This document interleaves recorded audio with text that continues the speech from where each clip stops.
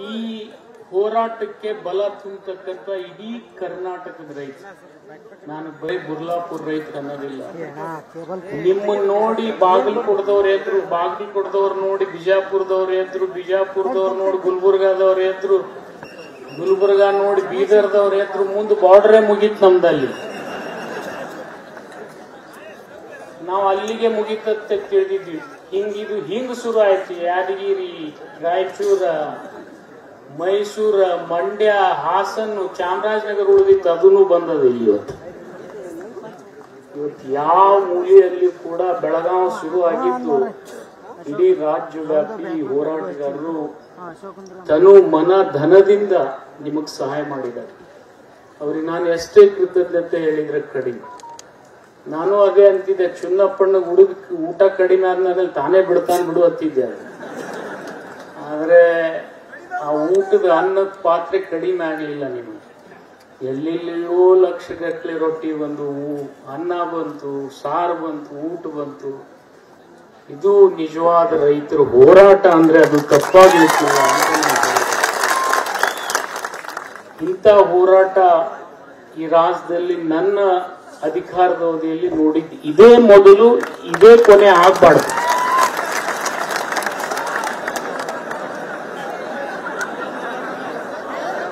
ಮತ್ ನಾಳೆ ಹೋಗಿರ ಹೈವೇಕ ಹಂಗಲ್ಲ. ನೀವು ಹತ್ತಂಗ್ ಮಾಡ್ಬೇಕು, ನಾವು ಕುಡಿಸ್ದಂಗ್ ಮಾಡ್ಬೇಕು. ಹಿಂಗಿರ್ಬೇಕು. ಮತ್ತೆ ಎಲ್ಲರೇ ನೀವು ಮತ್ ನಮಗೆಲ್ಲರೇ ಬಲೂನ್ನಾಗ ಹವಾ ಊದಿ ಹೊಡಿಬೇಡ್ರಿ. ಹಂಗ ಮಾಡಬಾರ್ದು. ಯಾಕಂದ್ರೆ ನೀವು ನಮ್ಮ ಮೇಲೆ ನೀರಿನ ಬಾಟ್ಲಿ ಹೋಗಿದ್ರು ನಡೀತದ, ನಮ್ಮ ಕಾಲಾಗಿನ್ ತಗೊಂಡು ನಮಗ್ ಹೊಡೆದ್ರು ನಡೀತದ.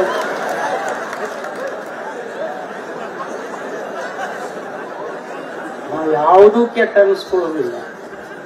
ಆದ್ರೆ ಎಲ್ಲಾರ್ಕಿನ್ನ ದೊಡ್ಡದು ಒಂದು ಮಾಡಿರಿ, ಜೀವಂತ ಬಿಟ್ರಿ. ಇದೇ ಒಂದು ದೊಡ್ಡ ಪುಣ್ಯ.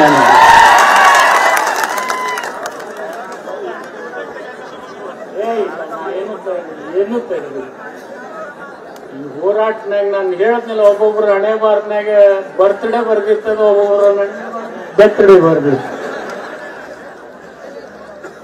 ಎಲ್ಲ ಬರೀತಾವ. ಆದ್ರೆ ಹೋರಾಟ ನಿಜವಾಗ್ಲೂ ರೈತ ಪರ ಹೋರಾಟ ಇದೆ. ಈ ದೇಶದೊಳಗೆ ರೈತ ಬದುಕಿದ್ರೆ ದೇಶ ಬದುಕ್ತದೆ, ರೈತ ಬದುಕ್ತಾ ಇದ್ರೆ ದೇಶ ಬದುಕದಿಲ್ಲ. ಈಗ ತಾನೇ SP ಅವರು, DC ಅವರು ಹೋದ್ರು. ಅವರಂತ ಹಿರಿಯ ಒಬ್ಬ ಮಾರ್ಗದರ್ಶಕರು ನನಗಿದ್ದಾರೆ. ಅವ್ರು ಯಾರಪ್ಪ ಅಂದ್ರೆ ನಮ್ಮ ಅಶೋಕ್ ದಳವಾಯಿ ಸಾಹೇಬರು, ಅಗ್ರಿಕಲ್ಚರ್ ಕಮಿಷನ್ ಅಧ್ಯಕ್ಷ. ಅವರು ಒಬ್ಬ IAS ಆಫೀಸರ್. ಅವರು ನಿರಂತರವಾಗಿ ನಿಮ್ಮ ಹೋರಾಟದ ಬಗ್ಗೆ ಚಿಂತನೆ ಮಾಡತಕ್ಕಂಥ. ನಿಮಗೆ ಈಗ ತಾನೇ ಅವ್ರು ಮಾತಾಡ್ತಾ ಹೇಳಿದ್ರು, ಖರ್ಚು ಕಡಿಮೆ ಮಾಡ್ರಿ, ಉತ್ಪಾದನೆ ಜಾಸ್ತಿ ಮಾಡ್ರಿ. ಆ ವಿಚಾರ ಇಟ್ಕೊಂಡವರು ಅವರು. ನಾನು ನಿರಂತರ ನಿಮ್ಮ ಹೋರಾಟವನ್ನ ನೋಡ್ತಾ ಇದ್ದೆ. ಈ ಮಾಧ್ಯಮದ ಮಿತ್ರರು ಹಿಂದಿಂದು ನನ್ನ ಮೇಲೆ ತಂದಾಕ್ತಾರೆ, ಈಗಿಂದು ನನ್ನ ಮೇಲೆ ಹಾಕ್ತಾರ. ಅವೆಲ್ಲ ಸಹನತೆಯನ್ನ ಇಟ್ಕೊಳ್ಬೇಕು. ಹಿಂದೇನೇನೋ ಬ್ಯಾಕ್ಲಾಗ್ ಇಟ್ಟು ಹೋಗಿರ್ತಾರೆ, ಎಲ್ಲ ನಾನೇ ಸ್ವಚ್ಛ ಮಾಡ್ಬೇಕೀಗ. ಈಗ ಯಾರೋ ಒಬ್ರು ಹೇಳಿದ್ರು, ಹಿಂದಿಂದು ಆ ಗ್ಯಾಂಗಿನ 112 ರೂಪಾಯಿ ಕೊಡೋದದ, 14 ರೂಪಾಯಿ ಕೊಡೋದದ. ಚಿನ್ನಪ್ಪಣ್ಣನೇ ಹೇಳದ, ಅದನ್ನು ನಾನೇ ಕೊಡಿಸ್ಬೇಕು. ಗ್ಯಾರಂಟಿ ಕೊಡಿಸೋ ಪ್ರಯತ್ನ ನಾನು ಮಾಡ್ತೀನಿ, ಅದರಲ್ಲಿ ಎರಡು ಮಾಡ್ತೀನಿ. ಇಂಥವೆಲ್ಲ ಅನಿವಾರ್ಯ ಈ ಹೋರಾಟದಲ್ಲಿ. ನಾನು ಬಹಳ ಸಂಯಮದಿಂದ ಇಲ್ಲಿ ಬಂದಿದೆ. ನಾನು ಇಲ್ಲಿ ಆವೇಶ ನೋಡಿ ನಾನು ಇಲ್ಲಿ ಹೋಗುವುದ್ರೊಳಗಾಗಿ ಮುಖ್ಯಮಂತ್ರಿಗಳು ಬಹಳ ಬಾರಿ ಜಿಲ್ಲಾ ಪೊಲೀಸ್ ವರಿಷ್ಠಾಧಿಕಾರಿ, ಜಿಲ್ಲಾ DC ಅವರಿಗೆ ಮಾತನಾಡಿದ್ರು. ನಾನು ಇಲ್ಲಿ ಕಳಿಸ್ಬೇಡ್ರಿ ಅಂತ ಹೇಳಿ ಆದೇಶ ಕೂಡ ಮಾಡಿದ್ರು. ನಾನು ಇಲ್ಲಿ ಬರಬಾರ್ದು, ಹೋಗ್ಬಾರ್ದು ಅಂತ ಹೇಳಿ ಕೂಡ ನಾನು ಮನಸ್ಸು ಮಾಡಿದ್ರು. ಯಾಕಂದ್ರೆ ಅಷ್ಟು ಆವೇಶದಲ್ಲಿ ತಾವಿದ್ರು. ಕಾನೂನು ಕೈಯಲ್ಲಿ ತಗೊಳ್ತಕ್ಕಂಥ ಸ್ಥಿತಿಗೆ ತಾವು ಬಂದು ಬಿಟ್ಟಿದ್ವಿ. ಇವತ್ತು ನಿಮ್ಮಲ್ಲಿ ಸದುದ್ದೇಶ ಇರ್ತಕ್ಕಂಥವ್ರು ಕಡಿಮೆ ಇರ್ತಾರೆ, ದುರುದ್ದೇಶ ಇರ್ತಕ್ಕಂಥವ್ರು ಒಂದೊಂದ್ ಸರ್ತಿ ಜಾಸ್ತಿ ಇರ್ತಾರೆ. ಅಂತವ್ರಿಂದ ಈ ಹೋರಾಟ ಕೆಟ್ಟ ಹೆಸರು ಬರ್ತಕ್ಕಂಥದ್ದು ಇತ್ತು. ಆದ್ರೆ ನಾನು ಇವತ್ತು ನಿಜವಾಗ್ಲೂ ಈ ಹೋರಾಟವನ್ನ ಶಾಂತಿಯುತವಾಗಿ ಮಾಡಿರ್ತಕ್ಕಂಥ ಚುನ್ನಪ್ಪಣ್ಣ ಪೂಜಾರಿ ಮತ್ತು ಶಶಿಕಾಂತ್ ಗುರುಗಳಿಗೆ ನಾನು ಕೋಟಿ ಕೃತಜ್ಞತೆಗಳನ್ನು ಸಲ್ಲಿಸ್ತೀನಿ. ಅದರಲ್ಲಿ ನನಗೆ ಒಂದು ಆತ್ಮಬಲ ಏನ್ ಬಂತು ಅಂದ್ರೆ ಇಲ್ಲಿ ಬಂದ ಮೇಲೆ ನಾನು ಜೀವಂತ ಹೋಗ್ತೀನಿ, ಮುಗುಳು ಕೂಡ ಅಜ್ಜ ಅವ್ರು ಇದ್ರು ಅದಕ್ಕೆ ಹೋದೆ ಅಂತ ಅನಿಸ್ತೀನಿ. ಅವ್ರು ಇರ್ಲಿಲ್ಲ ಅಂದ್ರೆ ಮತ್ತಷ್ಟು ಧೈರ್ಯ ಕಳ್ಕೋತಿದ್ದೆ ನಾನು ಆ ದಿವಸ. ಆದ್ರೆ ಎಲ್ಲ ರೀತಿಯಿಂದ ಭಗವಂತ ಒಂದು ಯಶಸ್ಸಿನ ಹಂತನ್ನ ತಂದಿದ್ದಾನೆ. ಇವತ್ತು ನಿಮ್ಮ ಹೋರಾಟ ಇಲ್ಲಿಗೆ ಮುಗಿದಿಲ್ಲ. ನ್ಯಾಯ ಕೊಡಿಸ್ಬೇಕಾದ್ರೆ ಈ ಹೋರಾಟ ನಿರಂತರ ಅನಿವಾರ್ಯ. ಆದ್ರೆ ನಂದು ಒಂದು ವಿನಂತಿ ಇದೆ, ವೈಜ್ಞಾನಿಕ ಕೃಷಿ ನಾವು ಮಾಡಬೇಕು, ಈಗ ಬಹಳ ಅನಿವಾರ್ಯ. ನಾನು ಕಬ್ಬಿನ ಸಚಿವನಾದ್ಮೇಲೆ ಬಹಳ ಜನರಲ್ಲಿ ವಿನಂತಿ ಮಾಡ್ಕೊಂಡಿದ್ದೀನಿ. ಏನಪ್ಪಾ ಅಂತಂದ್ರೆ ಕೃಷಿ ಒಂದು ಬೆಳಿ ಕೈ ಕೊಟ್ರೆ ಇನ್ನೊಂದು ಬೆಳಿ ನಮ್ ಕೈ ಹಿಡಿದೆ. ಆದ್ರೆ ದುರ್ದೈವಶ ಒಬ್ಬ ಕಬ್ಬು ಹಚ್ಚಿದ್ರೆ ನಾವೆಲ್ಲರೂ ಕಬ್ಬು ಹಚ್ತೀವಿ, ಒಬ್ಬ ಸೂರ್ಪಾನ್ ಬಿತ್ತಿದ್ರೆ ಎಲ್ಲರೂ ಸೂರ್ಪಾನೇ ಬಿತ್ತೀವಿ. ಯಾಕಂದ್ರೆ ಅವನ್ ಕೋರಿ ಒಳ ನನ್ನ ಹೊಲಕ್ ಬರ್ಬೇಕು, ನಾನು ಅವನ ಹೊಲಕ್ ಹೋಗ್ಬೇಕು.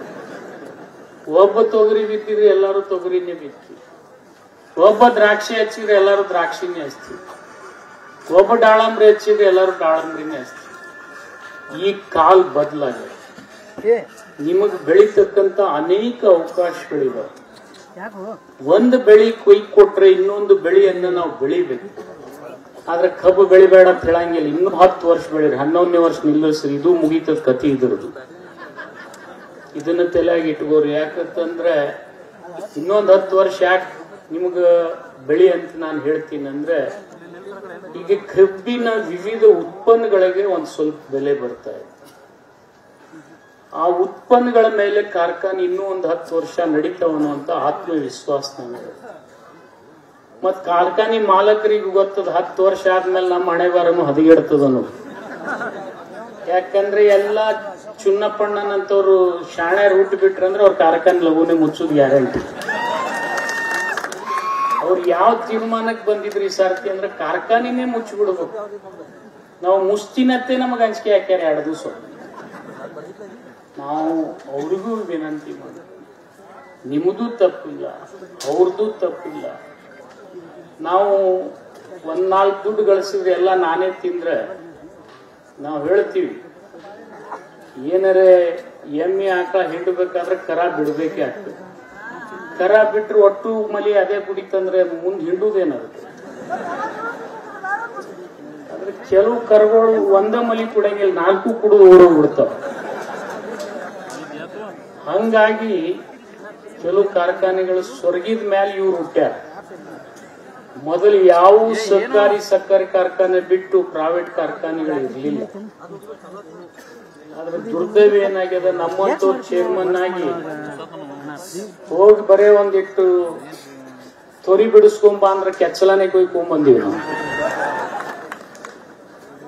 ಇದು ಸುಮಾರು ಚಟಕ್ ಬಿದ್ದು ನಮ್ಮ 32 ರೈತರು ಕಟ್ಟಿದ ಕಾರ್ಖಾನೆಗಳಿತ್ತು.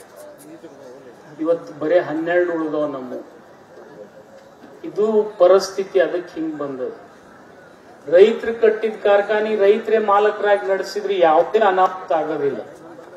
ಅದ್ರಾಗ ರೈತರು ಹೋದ್ರ ಬಹಳ ಒಳ್ಳೇದಂತ. ಚುನ್ನಪ್ಪಣ್ಣ ಅಂತವ್ರು, ಶಶಿಕಾಂತ್ ಗುರೂಜಿ ಅಂತವ್ರು ಹೋಗ್ಬೇಕು. ನಮ್ಮಂತವ್ರು ಹೋದ್ರೆ ಮುಗಿಸ್ಬಿಡ್ತೀವಿ ನಾವು. ಅದು ಆಗ್ಲಕತ್ತದ, ಇವತ್ತು ಆಗ್ತದೆ, ಹಿಂದೂ ಆಗ್ಯದ, ಮುಂದೆ ಆಗ್ಬಾರ್ದನ್ನೋ ಆಸೆ ನಂದು. ಅಂತವ್ರನ್ನ ನೀವು ಸೃಷ್ಟಿ ಮಾಡಬೇಕು. ನಿಮ್ಮ ಜಿಲ್ಲೆಯಲ್ಲಿ ಒಂದು MK ಹುಬ್ಳಿ ಕಾರ್ಖಾನೆ ಅದು, ಅಂಗೈ ಒಳಗದು ಊರಿಟ್ಕೊಂಡು ಕೂತಿರ್ತಕ್ಕಂಥ ಕಾರ್ಖಾನೆ ಅದು. ಬರೀ ಕಬ್ಬಿನ ಗಾಡಿ ಮೇಲೆ ನಡಿಬೇಕದು. ಆದ್ರೆ ಅಲ್ಲಿ ಬಹಾದೂರ್ಗಳು ಬಂದವರು ಅದು ಬರೀ ನೀರ್ ಕುಡಿದ್ ಬಂದ್ರೆ ರಕ್ತ ಕುಡಿದ್ ಬಂದಾರ ಅವರು. ಅಂತ ಸ್ಥಿತಿ ತರಬಾರ್ದು ಯಾವುದೇ ಕಾರ್ಖಾನೆ. ನಂಬಲ್ಲಿ ಆಗ್ಯದ. ನನ್ನಲ್ಲಿ ಒಂದು ನಂದಿ ಕಾರ್ಖಾನೆ ಅಂತದ, ಇಡೀ ದೇಶಕ್ಕೆ ಮಾದರಿಯಾಗಿರ್ತಕ್ಕಂಥ ಕಾರ್ಖಾನೆ. ಹಿಂದೆ BT ಪಾಟೀಲ್ರು, ನಿಮ್ ಬೆಳಗಾವದವರೇ ಅಜಿತ್ ಶೆಟ್ಟಿ ಅಂತ ಒಬ್ರು ಬಿಸಿ ಇದ್ರು, ಅವ್ರು ಕಟ್ಟಿದ್ದು.